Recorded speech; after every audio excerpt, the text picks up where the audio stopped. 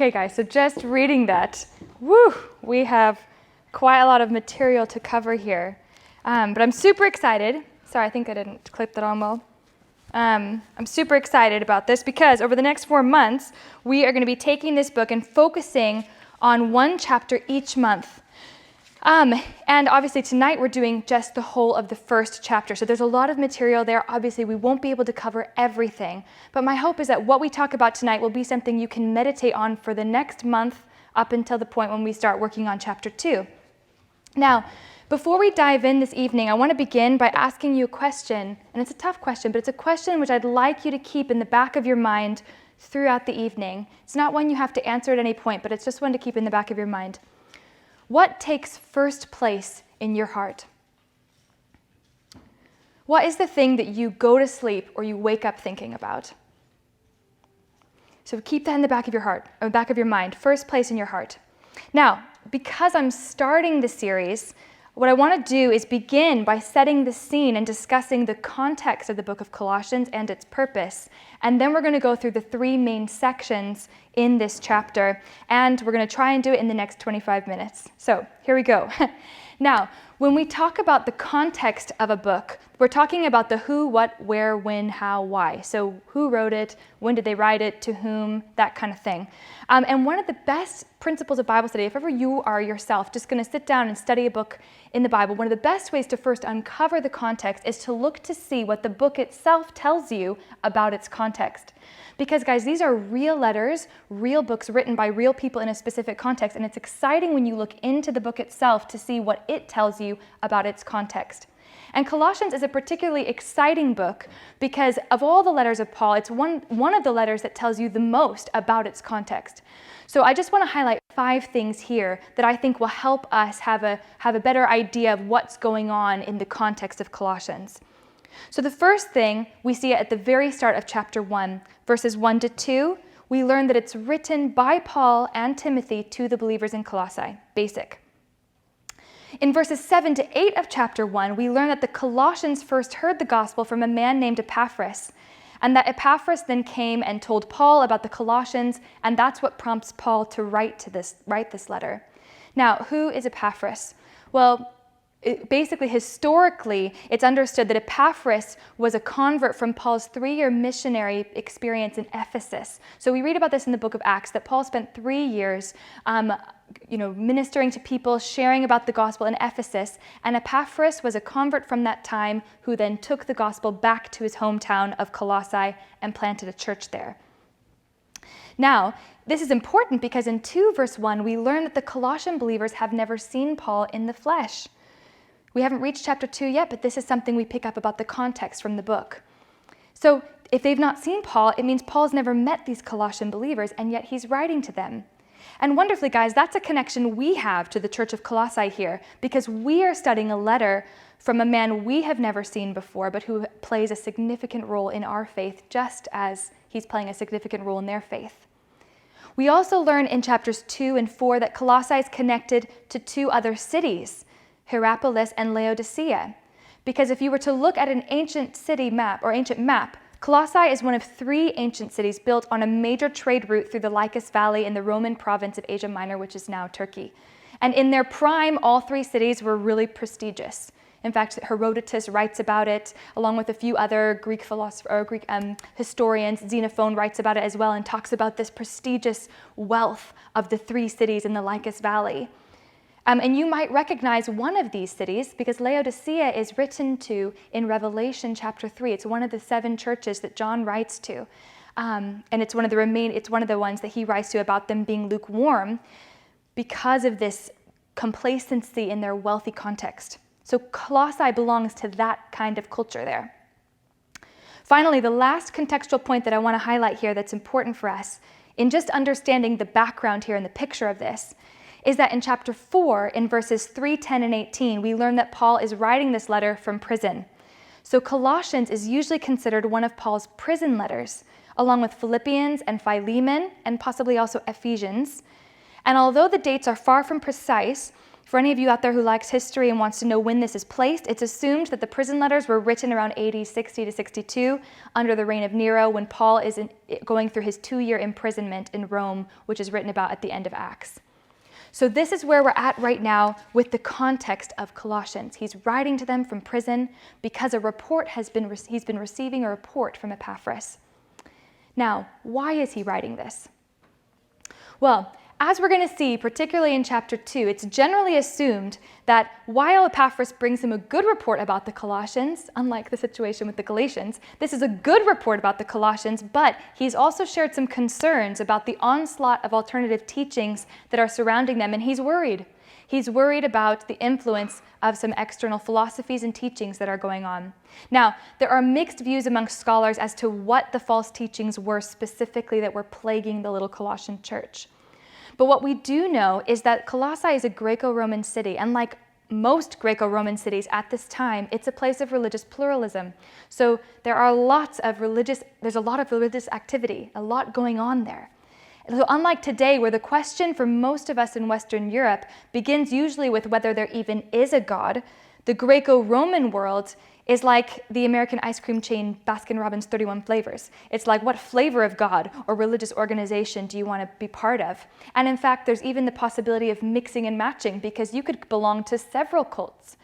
So just to give you an idea of some of the surrounding things, there's the imperial cult, which was about the worship of the emperor. There's a whole host of the religions, including the Greco religion that was inherited and adopted by the Romans. Colossae was specifically known for an angel cult, which is kind of a weird spin-off of Judaism, where there was a weird veneration for, I say weird as in it was a bit unusual, a veneration for the archangel Michael, based on a belief that he produced water out of a fissure in the earth. So there's that going on in Colossae. We also need to remember that this is also a time of ongoing tension between Jewish and Gentile converts, as they are trying to work out what role does the law play now? Now that we're following Jesus, does circumcision happen? Like, what happens now? How do we, what's the context here? How does this work together? And there are various philosophies, and I'm bringing this up because over the next few weeks, I want you to be listening for these kinds of things in the next few teachings on Colossians. So there's the influence of various philosophies. There's Stoicism and asceticism, which are philosophies that involve self-denial as a way to achieve ultimate transcendence. And then there's this undercurrent of a movement called Gnosticism. Now, Gnosticism didn't really become a big deal till the 2nd or 3rd century AD, but it's beginning right now, and it's basically a belief that there's some special higher knowledge that only the elite can have. And you're not really spiritual, you're not really a full Christian unless you have access to this special knowledge. Okay, so this is the backdrop.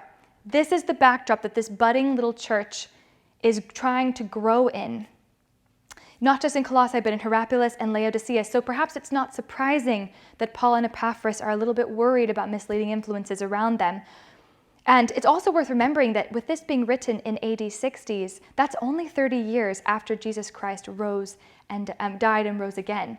So they really do need, they're in quite a vulnerable place. They need written clarity about what they believe in order to stick to it.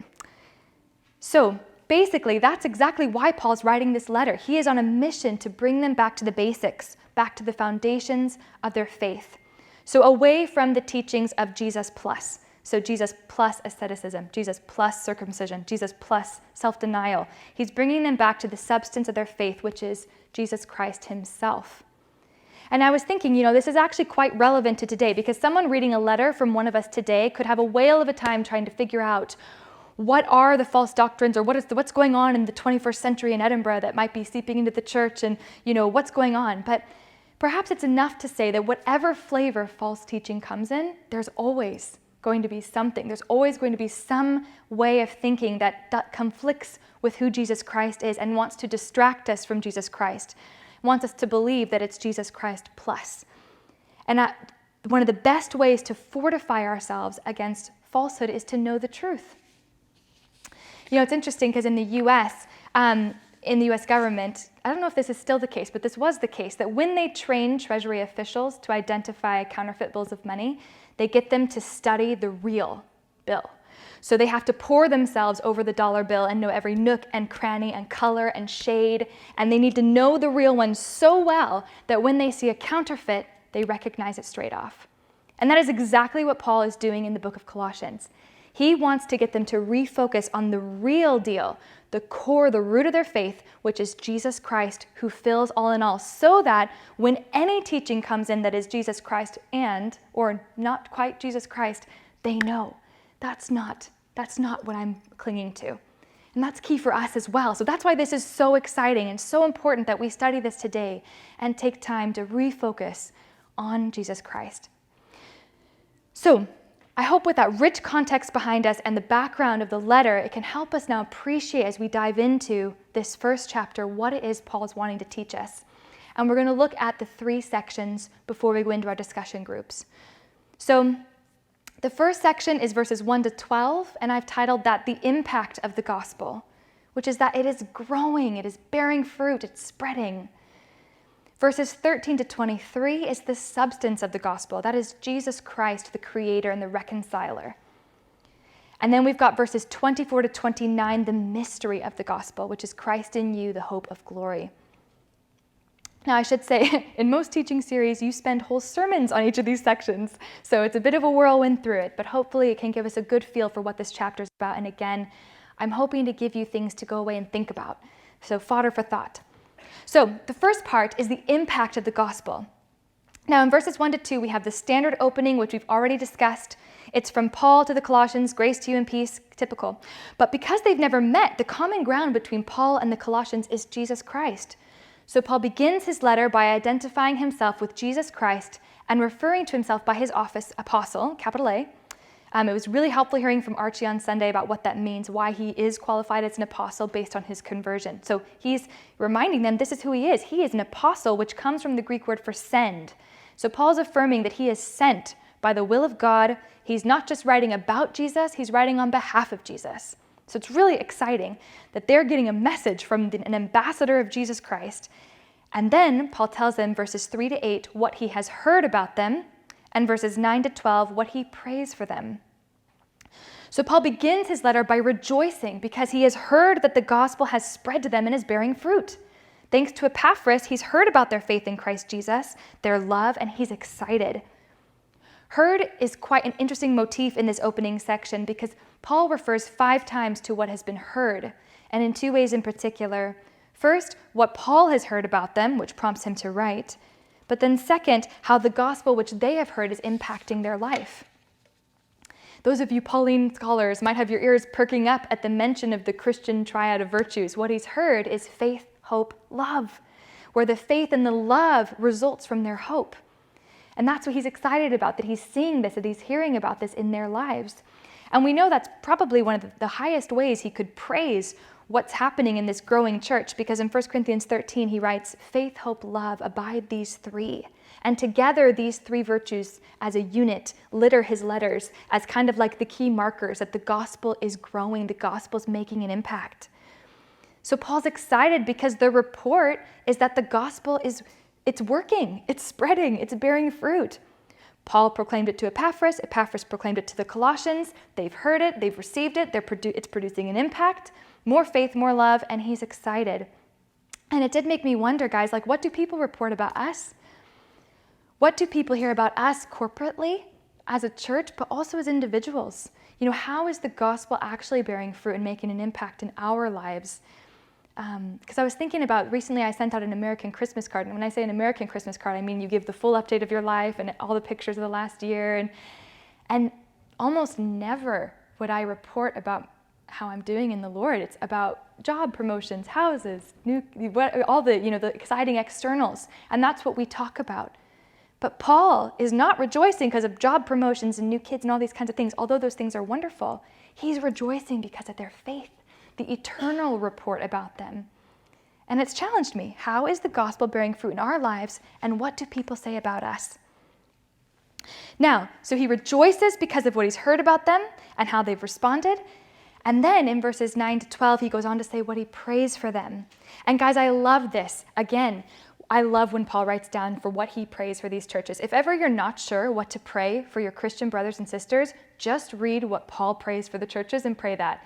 Honestly, I'd love you to pray this for me, and I'll pray this for you. He says, he prays that you may be filled with the knowledge of the will of him in all wisdom and spiritual insight, to walk worthy, bearing fruit, and spreading the knowledge of God. So Paul does something interesting here in his prayer for them, because he links how we are walking as Christians to what we know. Now, the word that he uses for knowledge there is not the usual term gnosis, which generally refers to knowing about something. So gnosis usually means knowledge as in head knowledge. It's the knowledge you accumulate for your test when you know about something. But Paul is not talking about gaining knowledge about God so that you can sit down and take a theology exam. No, the word he uses here in Greek is different. It's an intensification of that word due to a little added prefix epi. So he uses the word epignosis, and this is a really good word to know whether you study Greek or not. It's a good word, and it means mature knowledge, because the prefix epi is used to indicate close proximity to something. So while gnosis means to be familiar with and know about something, epignosis means to have an accurate, full understanding born out of close interaction or experience. So essentially, the difference between gnosis and epignosis is academic versus personal knowledge. And how many of us would agree with that? How much has our appreciation of the Lord grown when it's gone from just knowing about God to knowing God? It's actually interesting because Paul uses this word 20 times in the New Testament. 15 times he uses it in the opening remarks to his various churches. And we know that he distinguishes between them because in Romans 1:21, he talks about how some people knew about God but fell away, versus knowing God. So the mature knowledge of God based on your experience of him, where your experience of him validates what you know in your head. So a question for us is, how do we get to know God better in a mature way, not in a textbook way? Finally, the end of the first section, Paul tees up for us the next section by pointing us to the Father. In verse 11, we are empowered by his power, not just for anything and everything, but particularly for patience and endurance, joyously giving thanks to the Father who has qualified us to share in the inheritance. I love this because this opening section begins and ends with him giving thanks to the Father. So he begins by giving thanks to the Father in verse 3, and he ends it by praying that they would be a people who are giving thanks to the Father because of what the Father has done. Now, Paul does this actually quite a lot. He has this funny little technique. Wherever he's about to change subject or change focus, he'll introduce a brief reference to the topic at the end of the last section before he goes to the next one. So it's like he creates a little clasp to help us understand where he's about to go in his next line of argumentation. So he does that here to talk about the Father, which is what he does for the next two verses. Then he does it again to focus on the Son in verse 15, and then he does it again in verse 23 before he starts talking about Spirit-filled ministry. So he has these little links that help us see where he's going in his argument. So the first section is about the impact of the gospel in the lives of the Colossians. And now, coming to the second part, we're going to talk about the substance of the gospel. So that's the impact. He's super excited. But what is the gospel? Which is Jesus Christ himself. So all the previous verses are just foundational, and now Paul is ready to preach to them about Christ. And ultimately, he wants to communicate two things. Christ has authority over all created things, and Christ has authority over death as the reconciler between man and God. And the sum of all of it is that Christ would come first. Now, this is a really dense and exciting, majestic description of Christ. So when I was thinking through how to organize this and how to help us engage with it, I couldn't help but notice, and perhaps you did as well when we were reading it, that this section is almost entirely governed by variations of the third person singular pronoun he.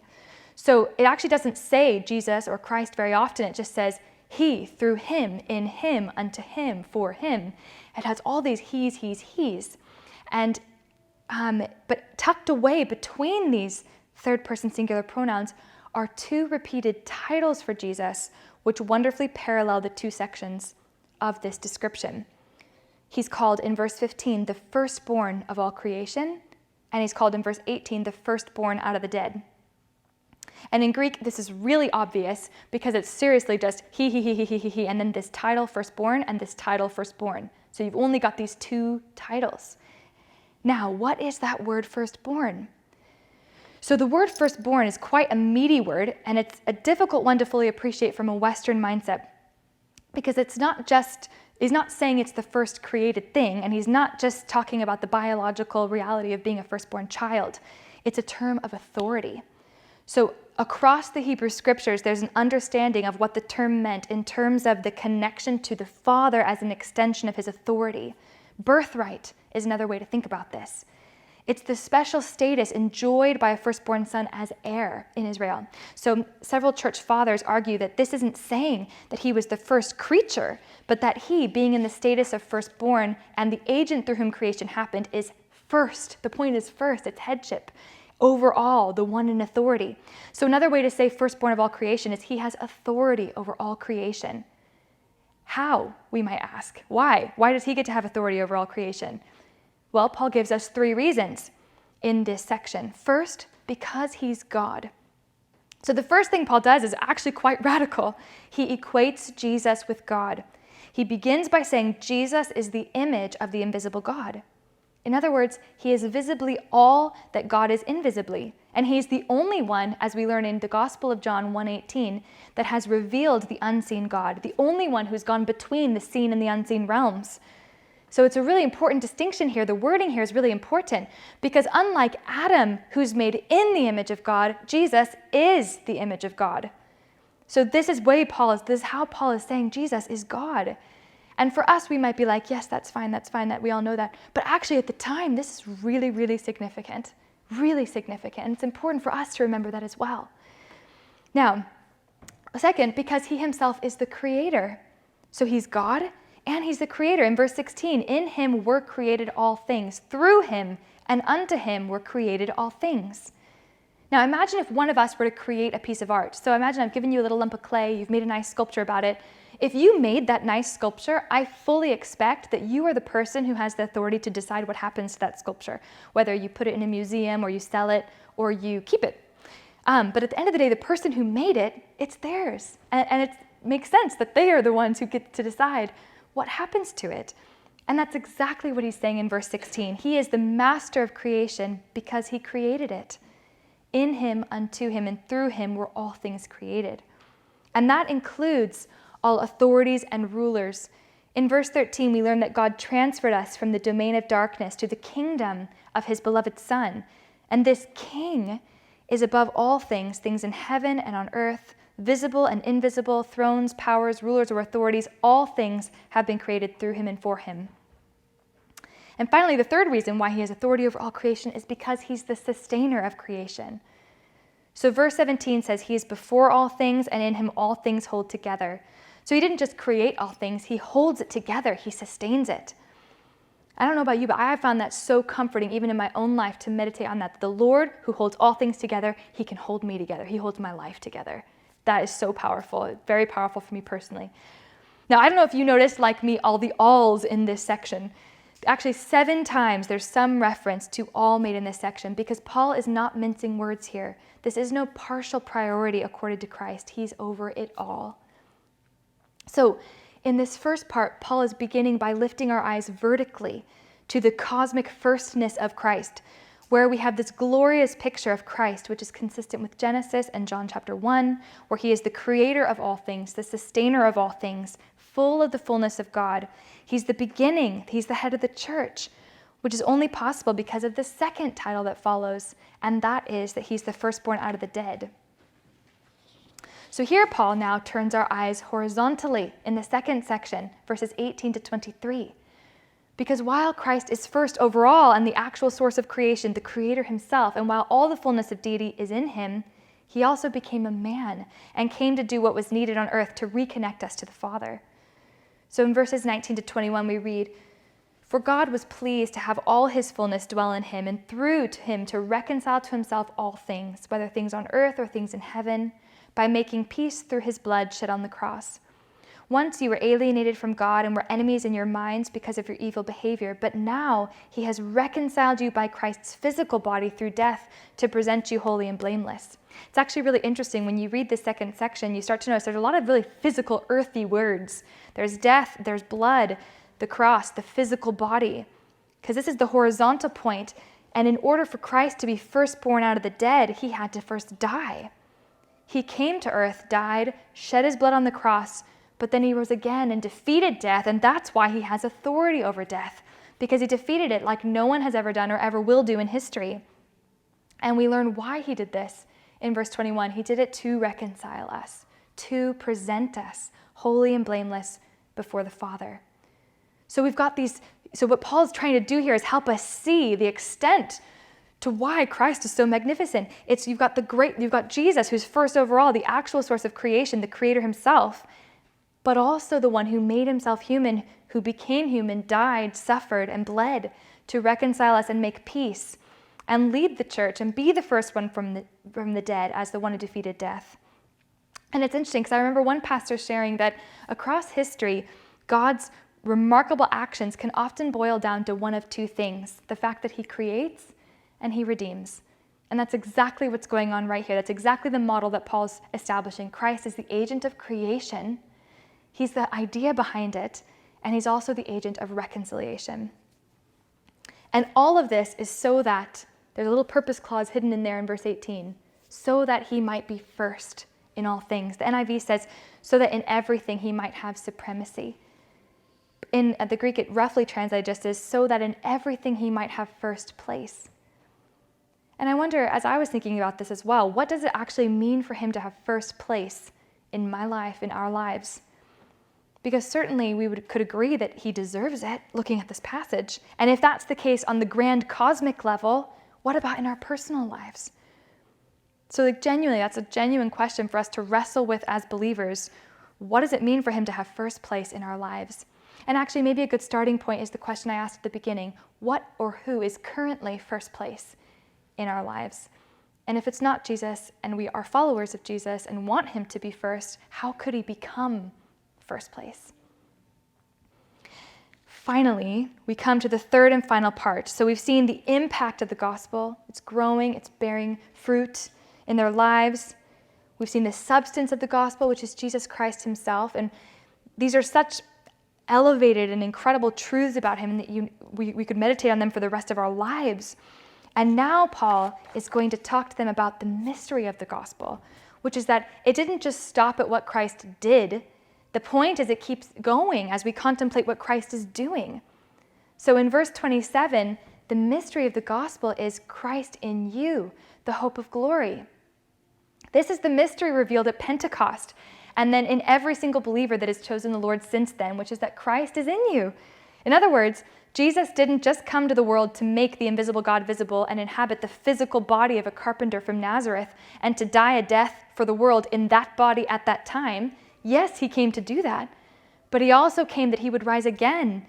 And then when he ascended, by his Spirit, inhabit the bodies of all who believe in him, both Jew and Gentile. So he came for the express purpose of inhabiting more than the world. He came to inhabit us. And his life is reproduced exponentially.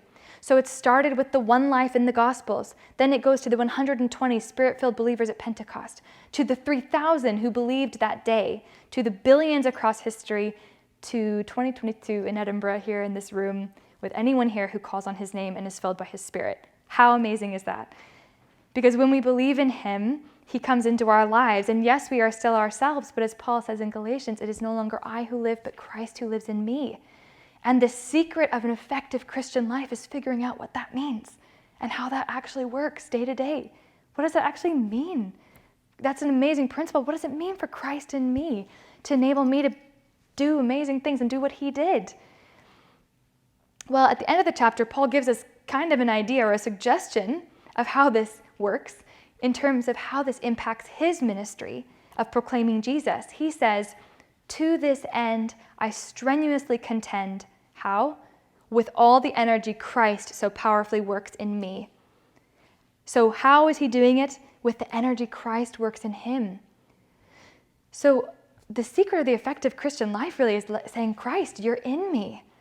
So live through me. Would you live through me? You know the famous verse that we all love, cease striving and know that I am God? I love that verse. But I wonder if a slightly New Testamentized version could be cease striving and let Christ live through you.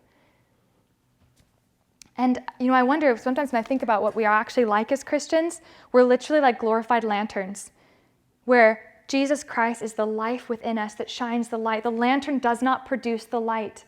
The lantern holds the light. That's us, guys. That's exactly what we are called to do, is hold the light and let it shine. But I wonder if that's how we think about ourselves, like as vessels of Jesus Christ, where he lives through us.